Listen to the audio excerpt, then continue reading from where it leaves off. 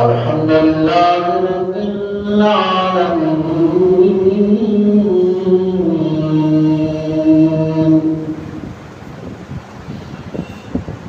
والصلاة والسلام على رسوله الكريم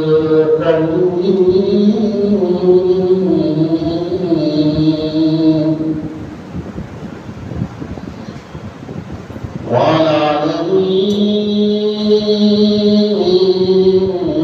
وأصحابه وأهل بيته وأزواجه وأولياء ملته وعلماء أهل سنته أجمعين. أما بعد فأعوذ بالله من الشيطان الرجيم. بسم الله الرحمن الرحيم.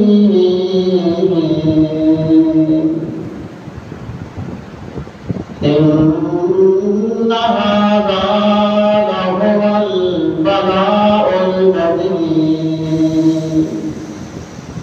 وفديناه بذبح عظيم وتركنا عليه في الآخرين. سلام على إبراهيم.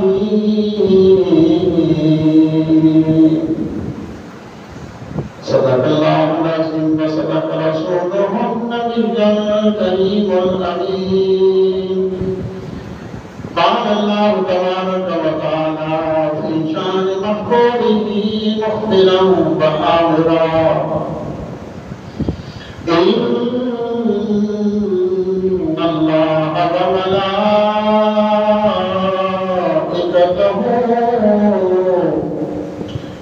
يصلون على النبي يا أيها الذين آمنوا صلوا عليه وسلموا تسليما. الصلاة والسلام عليك يا سيدي يا رسول الله وعلى آلك وأصحابك يا سيدي يا حبيب الله.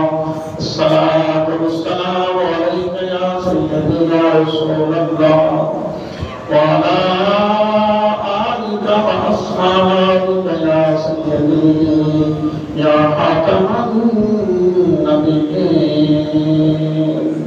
تكبيرات الله أكبر الله أكبر لا إله إلا الله والله أكبر الله أكبر ولله الحمد. الله أكبر الله أكبر لا إله إلا الله والله أكبر الله أكبر ولله الحمد. حمد الصلاة کے بعد دعا ہے اللہ تعالیٰ مجھے کہنے کی آپ کو سن کر ہم سب کو اس کے عمل کی توفیق عطا فرمائے. الحمدللہ پروردگار عالم کا لاکھ لاکھ کے ساتھ اور شکر ہے کہ جس نے زندگی میں ایک مرتبہ پھر اہل اسلام کو اہل ایمان کو عید الاضحیٰ عید قربان کی خوشیاں عطا فرمائی ہیں.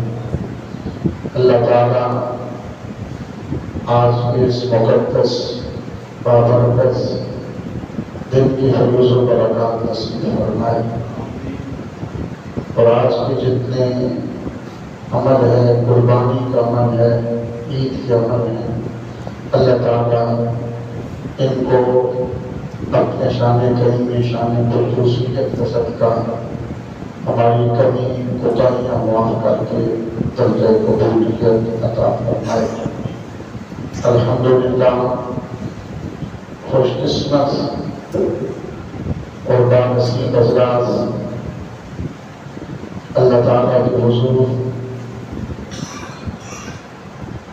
مینا میں مناسک حج ادا کر رہی ہیں، اللہ تعالیٰ ان کی اس مقدس عمل کے صدقے اہل اسلام کو کرم نوازی فرمائے، اور ہماری عالم اسلام کی ساری ایام تشریق کی 10 حج کی عبادت کو قبول فرمائے۔ الحمدللہ خوشبخت ہے حضرات، ہم حضرات کہ آج اللہ کے حضور کھل کر عید کی خوشیاں عطا فرما رہے ہیں۔ دعا کریں ہمارے وہ مسلمان بھائی جو کشمیر میں ہیں، فلسطین میں ہیں، دیگر علاقوں میں ہیں، جیلوں میں قید و بند کی سعودتیں برداشت کر رہے ہیں، کھل کر عید کی خوشیاں نہیں منا سکتے، اللہ کے حضور سجدہ ریز نہیں ہو سکتے۔ اللہ تعالیٰ آج کے پرمسرت لمحات کا صدقہ پورے عالم اسلام کو اللہ کریم آزادیاں نصیب فرمائے۔ ہم نے قربانی کا سارا پس منظر پڑا ہے۔ حضرت ابراہیم علیہ السلام حضور کے جد امجد آپ کی حیات طیبہ کی آغاز سے لے کر 10 حج تک ہم نے پڑھا تھا۔ جمعہ مبارک کے خطبات میں آپ حضرات نے سنا۔ حضرت ابراہیم علیہ السلام جب سیدنا اسماعیل علیہ السلام اور سیدہ ہاجرہ رضی اللہ تعالیٰ عنہا آپ کو لے کر واپس آئے، چند دن گزرے، خواب کے اندر پھر حکم ہوتا ہے کہ ابراہیم آپ کا رب آپ سے قربانی مانگتا ہے۔ سیدنا ابراہیم علیہ السلام صبح اٹھے، آپ نے کئی جانور اللہ تعالیٰ کی راہ میں ذبح کر دیے۔ دوسری رات پھر خاموشی نہیں، پھر وہی اللہ کا حکم ہوتا ہے۔ ابراہیم علیہ السلام نے پھر کئی بھیڑ، بکریاں، دمبے، سرخ رنگ کی اونٹ اپنے رب کی بارگاہ میں قربان کر دی۔ تیسری رات پھر خاموشی نہیں، یہی حکم ہوتا ہے کہ ابراہیم تمہارا رب تم سے تمہاری زندگی کی عظیم سے عظیم قربانی مانگتا ہے۔ سیدنا ابراہیم علیہ السلام سمجھ گئے مانگنے والا مجھ سے اسماعیل کی قربانی مانگتا ہے۔ سیدنا ابراہیم علیہ السلام اٹھے تو 10ویں ذی الحج کا دن آ چکا تھا۔ حضرت ابراہیم علیہ السلام نے اسماعیل علیہ السلام کو دیکھا۔ آپ کی عمر ایک روایت میں 12 سال تھی یا روایت 7 سال تھی۔ آپ نے اپنی زوجہ سیدنا اسماعیل علیہ السلام کی والدہ حضرت ہاجرہ سے جھوٹ تو نہیں بولتے، نبی کی شان نہیں ہوتا، آپ نے سچ فرمایا۔ سیدہ ہاجرہ سے کہا کہ ہم ایک دوست کے ہاں دعوت پہ جا رہے ہیں۔ سیدہ ہاجرہ نے فرمایا ٹھیک ہے، اسماعیل کو تیار کیا۔ حضرت سیدنا ابراہیم علیہ السلام نے سیدنا اسماعیل کو ساتھ لیا، چھری لی اور ساتھ ایک رسی لی، اور گھر سے چل پڑتے ہیں ایک دوست کے ہاں قربانی کرنے کے لیے۔ جب آپ گھر سے گئے بڑے اختصار کے ساتھ تو شیطان ایک بڈھے کی شکل میں سیدہ ہاجرہ رضی اللہ تعالیٰ عنہا کے پاس آیا، دروازے کو دستک دی۔ سیدہ ہاجرہ نے دروازہ کھولا، ایک سفید ریش بزرگ کھڑا ہے۔ اس نے کہا ہاجرہ اسماعیل کہاں ہے، ابراہیم کہاں ہے؟ تو سیدہ ہاجرہ نے کہا کہ ابراہیم علیہ السلام اسماعیل کو لے کر ایک دوست کے ہاں قربانی میں گئے۔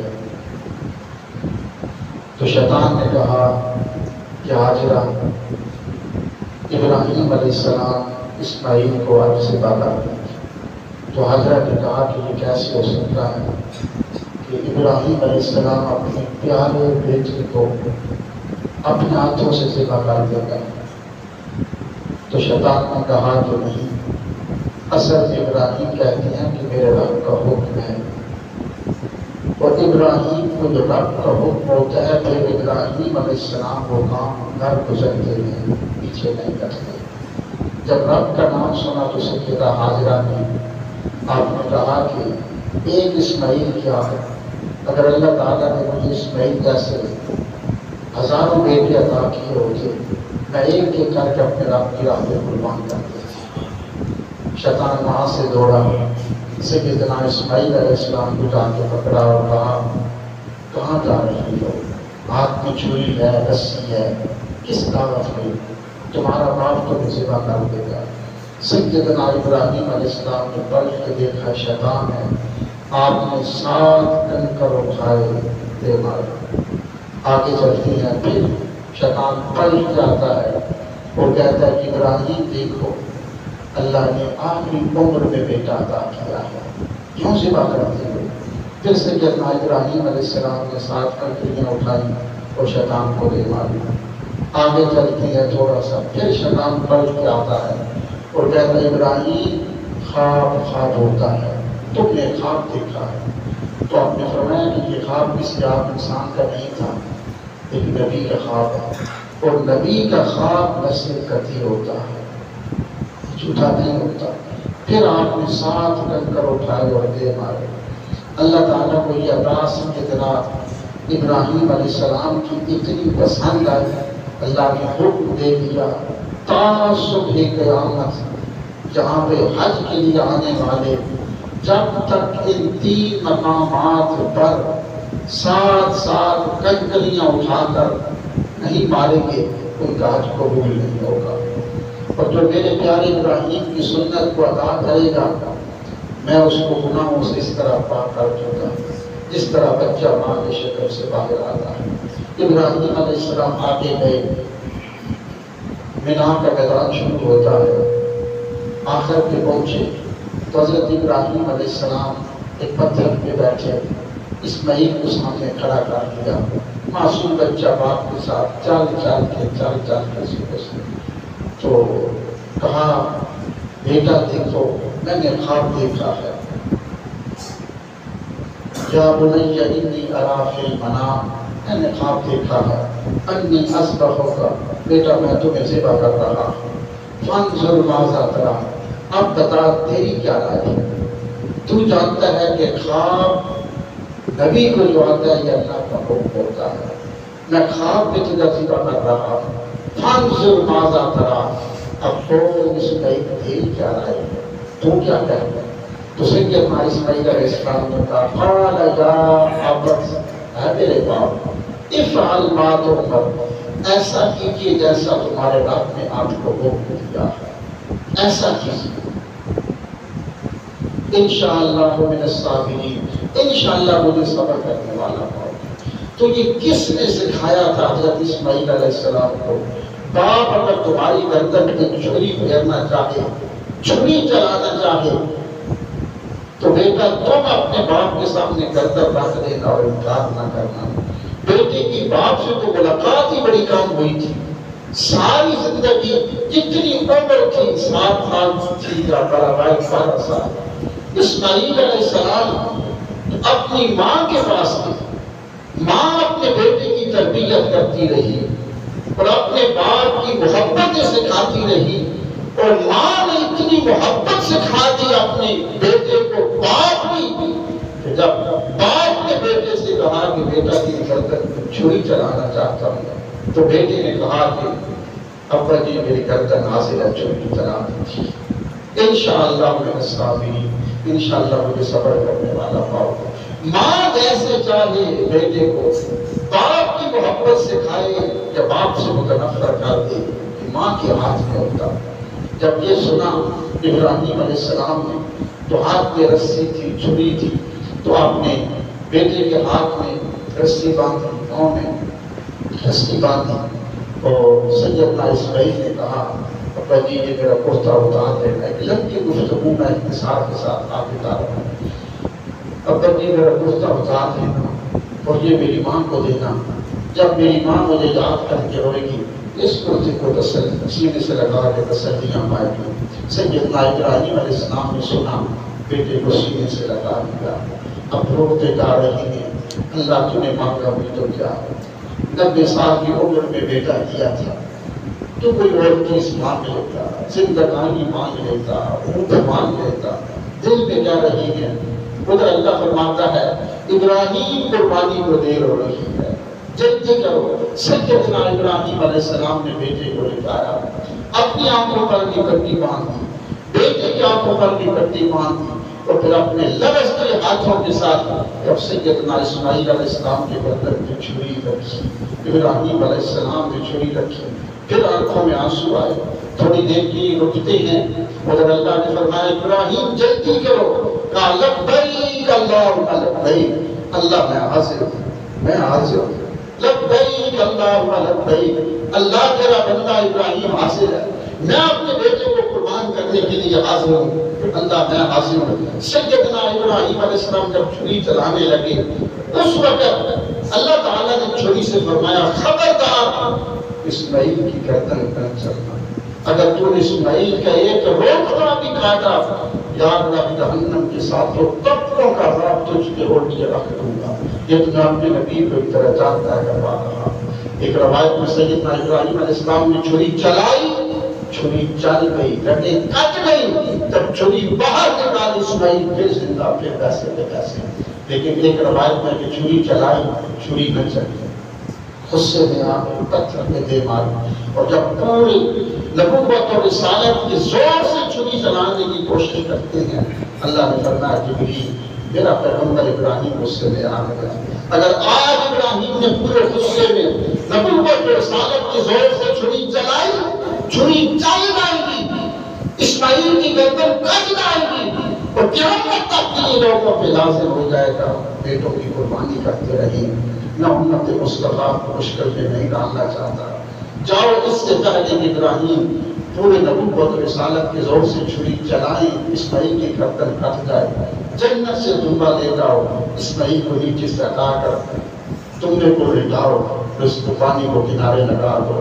جب حضرت ابراہیم علیہ السلام نے چھری چلائی، بسم اللہ اللہ اکبر تکبیرات پڑھی، چھری چلائی، چھری چل گئی، اللہ کا شکر ادا کیا، آنکھوں سے پٹی اتاری، اسماعیل سامنے کھڑے تھے اور دنبا ذبح ہو چکا تھا، اور اس وقت اللہ نے فرمایا وَفَدَيْنَاهُ بِذِبْحٍ عَظِيمٍ، اے ابراہیم تو نے ایک عظیم فدیہ دے ڈالا ہے، وَتَرَكْنَا عَلَيْهِ فِي الْآخِرِينَ، اور ہم قیامت تک یہ تیری سنت کو لوگوں میں چھوڑ دیں گے، قیامت تک آنے والے لوگ تیری سنت کو لا کرتے رہیں گے۔ آج یہ ہے اصل قربانی کیا ہے، باپ اور بیٹے کی گفتگو، اصل قربانی کیا ہے، باپ اور بیٹے کی گفتگو، یہ دنیا تو تھا، یہ تو ایک فدیہ تھا، قربانی باپ اور بیٹے کی گفتگو تھی، ہم نے اس کو بھلا دیا اور اس فدیے کو یاد رکھا ہوا ہے، اور باپ اور بیٹے کی گفتگو جو تھی اس کو بھلا دیا۔ قربانی کیا ہے، حضور صلی اللہ علیہ وسلم نے فرمایا، آج آپ سارے لوگ قربانی کریں گے کہ دیکھیں نا ابراہیم علیہ السلام جو تھے یہ بڑے مہمان نواز تھے، بڑے، حضور فرماتے ہیں حدیث پاک میں آتا ہے یہ بڑے ہی مہمان نواز تھے، جب مصر میں تھے نا ان کے بڑے بڑے دسترخوان سجتے تھے ابراہیم علیہ السلام کے، لمبے چوڑے دسترخوان سجتے تھے، پھر آپ فلسطین میں تشریف لائے، وہاں پر فلسطین کے جتنے غریب لوگ تھے، جتنے مسکین تھے، حضرت ابراہیم علیہ السلام کے دسترخوان پہ کھانا کھایا کرتے تھے۔ اور ایک دفعہ ایسا ہوا کہ ابراہیم علیہ السلام نے دسترخوان لگایا، لوگوں نے کھانا کھا لیا کہ اچانک چند مہمان آ گئے، مہمان زیادہ تھے، جب آئے اس وقت سیدہ ہاجرہ سیدہ سارہ فلسطین میں دونوں حضرت ابراہیم علیہ السلام کے گھر میں آپ کے ازواج مطہرات تھے، کھانے کے لیے گھر میں کچھ نہیں تھا، ابراہیم علیہ السلام کے گھر کچھ بھی نہیں تھا کھانے کے لیے، اور سیدہ سارہ نے حضرت ابراہیم سے کہا کہ حضور گھر میں کچھ نہیں ہے، مہمان آ گئے ہیں کھانے کے لیے، کیا کریں؟ مہمان آپ کی چوکھٹ سے واپس آئے، یہ اپنی شیان شان نہیں ہے۔ ابراہیم علیہ السلام نے فرمایا میرا ایک دوست ہے مصر میں، اس وقت فلسطین مصر گرد و نواح میں خوش سالی تھی، قحط کی ذات میں تھا، غلے ختم ہو چکے تھے۔ آپ نے فرمایا میرا ایک دوست ہے مصر میں جو قحط کے دنوں میں غلہ اکٹھا کر کے رکھ لیتا ہے، میں چند لوگوں کو بھیجتا ہوں، وہ غلہ لے کے آئیں گے، ہمیں کو کھانا کھلائیں گے، غلہ دے کے بھیجیں گے۔ اپنے چند غلاموں کو بلایا، فرمایا اونٹ لے لو، برق رفتاری سے جاؤ، میرے اس دوست کے پاس جانا، میرا کہنا وہ تمہیں غلہ دے کر لے کے آنا۔ وہ سارے گئے مصر میں، جب اس سے ملے اس نے کہا کہ جانتے ہو خشک سالی ہے، قحط ہے، اب تو میرے پاس کچھ بھی نہیں ہے، کچھ نہیں دے سکتا۔ جب وہ خالی واپس آ رہے تھے نا فلسطین کی جانب کہ مصر سے تو کچھ نہیں ملا، اس وقت حضرت ابراہیم علیہ السلام کا جو گھر تھا اس کی دیواریں چھوٹی چھوٹی تھی، یعنی دور سے نظر آتا تھا کوئی آنے والا آ رہا ہے۔ تو جب فلسطین کے قریب پہنچتے ہیں اس وقت ان میں سے ایک غلام نے کہا، ابراہیم علیہ السلام کا غلام تھا، اگر ہم خالی گئے نا، خالی کوٹھیوں پہ خالی بوریاں ہوں گی، ان مہمانوں کا دل ٹوٹ جائے گا۔ ایسا کرتے ہیں کہ ہم ان بوریوں میں ریت بھر لیتے ہیں اور ریت بھر کر دور سے دیکھیں گے تو وہ کہیں گے اللہ آ رہا ہے، پھر ابراہیم علیہ السلام کو بتائیں گے، آپ اپنے طریقے سے ان کی دلجوئی فرما دیں گے، کچھ نہیں ہے۔ ان غلاموں نے ریت کی بوریاں بھری، اونٹوں پہ رکھی اور غلہ دے کر وہ بوریاں ریت کی لے کر آئے، غلاموں نے سمجھا غلہ ہے۔ دوپہر کا وقت تھا، ابراہیم علیہ السلام وہاں سو رہے تھے، جب وہ آئے وہ ریت کی بوریاں اتاری، سیدہ سارہ ایک غلام کو لے کر گئی کہ میں وہاں سے غلہ نکالتی ہوں۔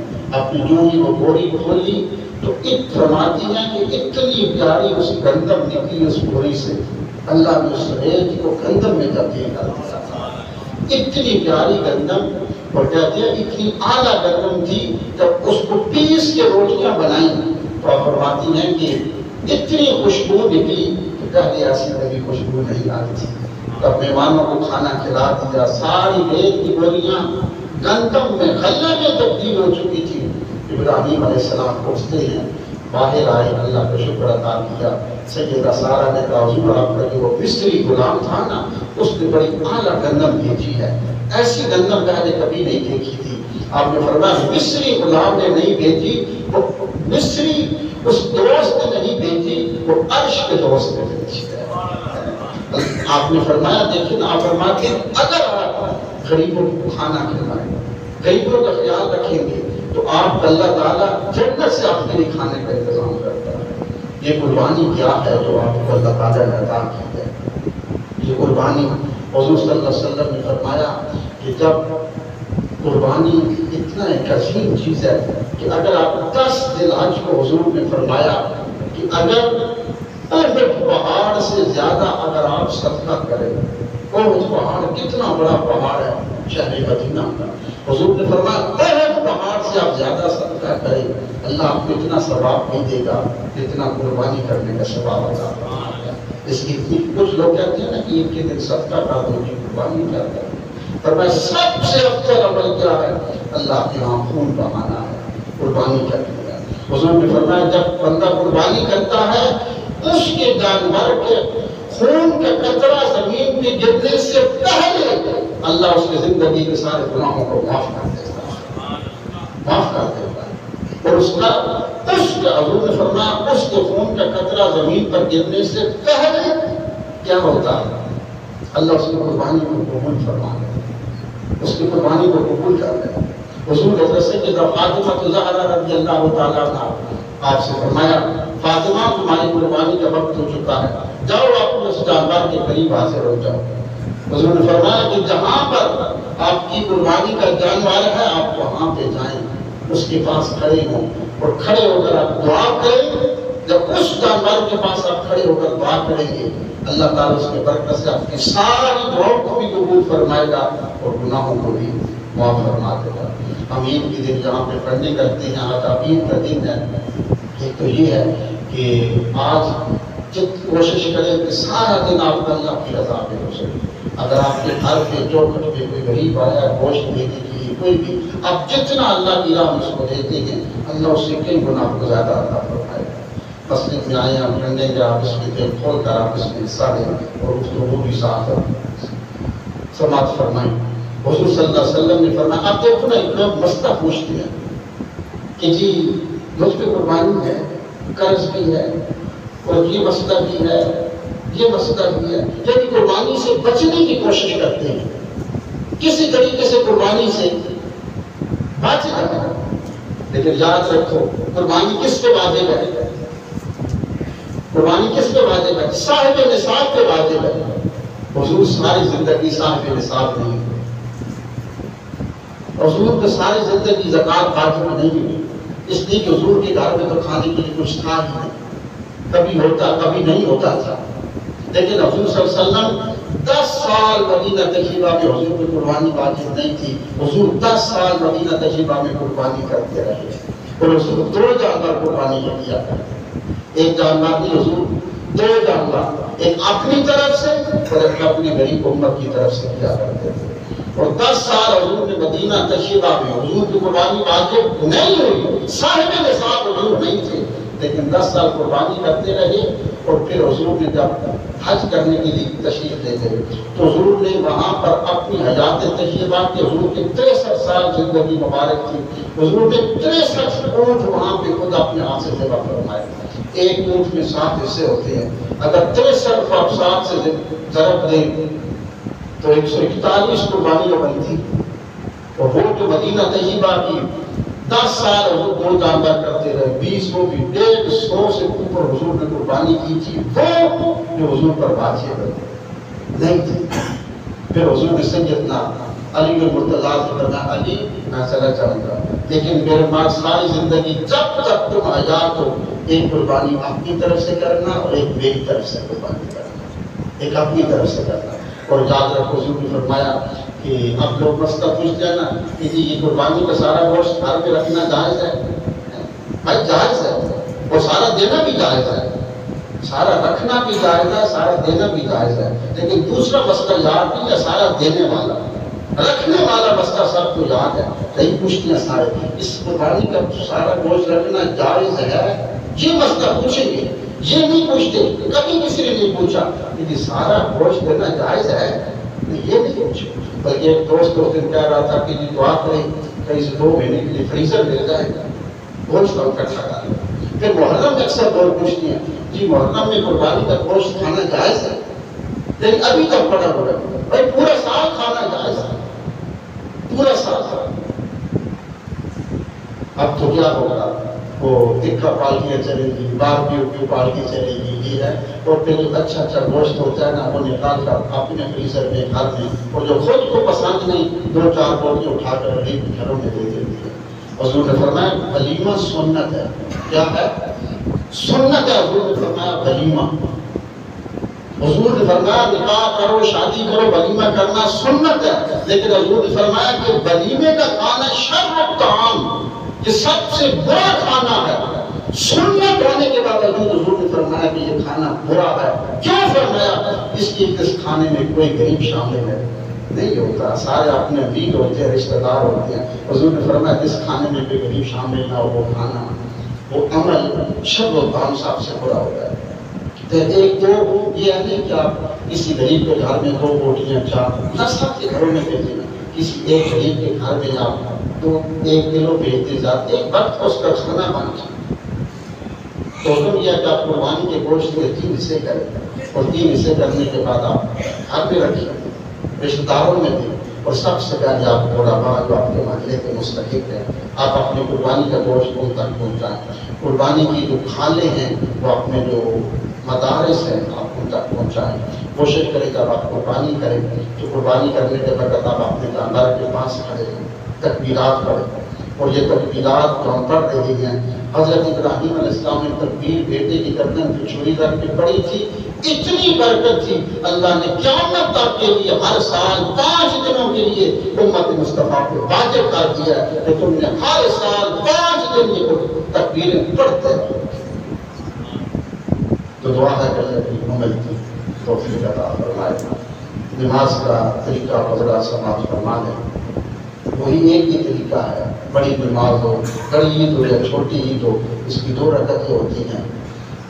2 رکعت نماز عید، صرف عید ہی کہتے ہیں، 2 رکعت نماز عید الاضحیٰ، عید قربان یا عید واجب، تمام تکبیرات کے یا زائد 6 تکبیرات کے پیچھے سے امام کے منہ طرف قبلہ شریف اللہ اکبر، نیت دیر میں ہو جاتی ہے، بس ارادہ کر کے نیت ہے تو نیت ہے، ضروری زبان سے بھی نہیں کہنا ہوتا، نیت ایک ارادے کا نام ہوتا ہے۔ آپ نے 2 رکعت پہلی رکعت میں آپ کھڑے ہوں گے تو ثنا پڑھی جائے گی لا الہ الا اللہ، اس کے بعد 3 تکبیریں کہی جائیں گی، اللہ اکبر، آپ چھوڑ دیے جائیں گے، اللہ اکبر، کانوں کو لگا کر ہاتھ چھوڑ دیے جائیں گے، اور تیسری میں اللہ اکبر ہاتھ باندھ دیے جائیں گے، پہلی رکعت مکمل ہوگی۔ پھر دوسری رکعت میں اٹھیں گے، سب قرات ہوگی اور رکوع میں جانے سے پہلے پھر 3 تکبیریں کہی جائیں گی، اللہ اکبر ہاتھ چھوڑ دیں گے، اللہ اکبر پھر ہاتھ چھوڑ دیں گے، تیسری کا اللہ اکبر ہاتھ چھوڑ دیں گے، اور چوتھی تکبیر میں رکوع میں جانے کے لیے کہی جائے گی۔ سارے حضرات کھڑے ہو کر سب درست